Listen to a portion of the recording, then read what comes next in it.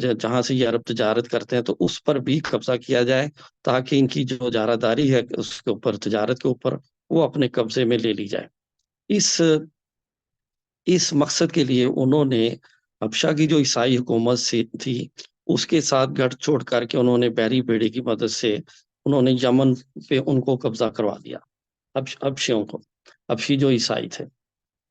اس کی بہت آگے پہلے اس کی بھی کافی تفصیلات ہیں، لیکن اس کو میں کٹ شارٹ کرتا ہوں۔ یہ جو رومیو کی جو یہ ساری جو تھی، یہ ساری سازشیں جو تھیں، ان کا بہت پیچھے سے بیک گراؤنڈ چلتا ہے اور اس کی کافی تفصیلات ہیں۔ لیکن اگر ہم اس کو مختصر بات کریں تو یہ جب حبشیوں نے جو ہے وہ اس کے اوپر قبضہ کر لیا،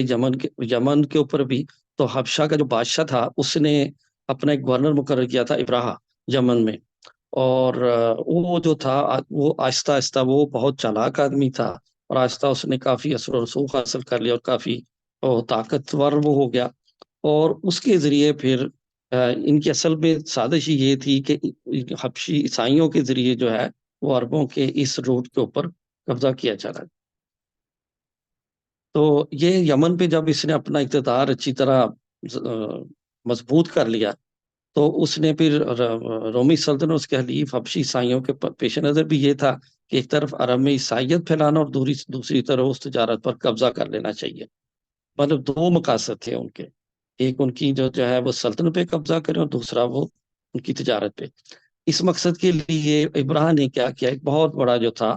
وہ کلیسا تعمیر کرایا یمن کے دارالسلطنت سنا میں، اور اس کا نام اس نے التکلیس یا الکلیس رکھا، کہ یونانی لفظ اکلیسا سے یہ ہے، نکلا ہوا ہے۔ اس دوران اس نے اس کلیسا کو بنانے کے بعد اس نے حبش کے بادشاہ کو لکھا کہ عربوں کا حج کعبہ سے اس کلیسا کی طرف موڑنے کے لیے میں پوری کوشش کروں گا، اور اس نے یمن میں اللعان اپنی سرادے کا اظہار بھی کر دیا۔ اب اس نے یہ جان بوجھ کے اعلان کیا کہ میں مکہ میں جا کے کعبہ کو گرا دوں گا، تاکہ یہ جو اس کی تجارت کا رخ جو ہے وہ کعبے سے ہٹ کے، مکہ سے ہٹ کے یمن کی طرف ہو جائے۔ تو اس نے جب یہ اعلان کیا، اور اس کو پتا تھا کہ جو اس وقت کے جو قریشی مسلمان تھے، قریشی تھے، وہ اس چیز کو برداشت نہیں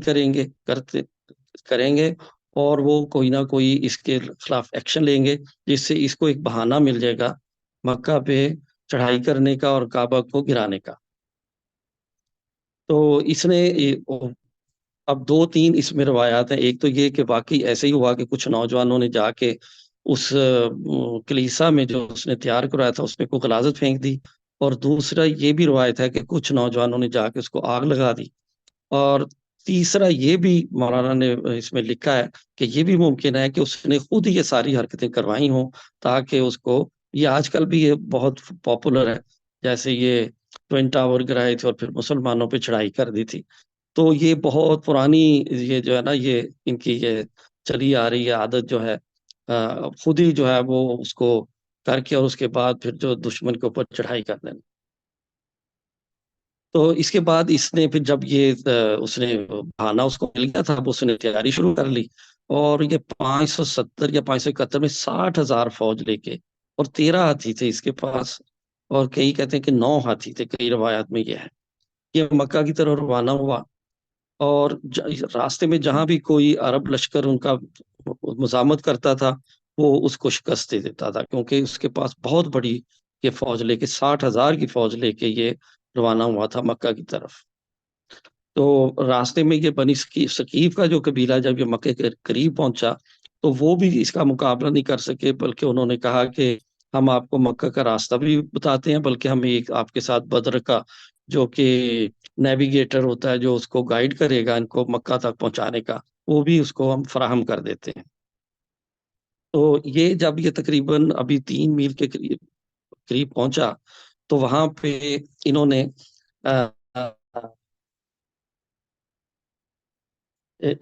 اس نے جاتے ہی سب سے پہلے تو ان کے جانور جو تھے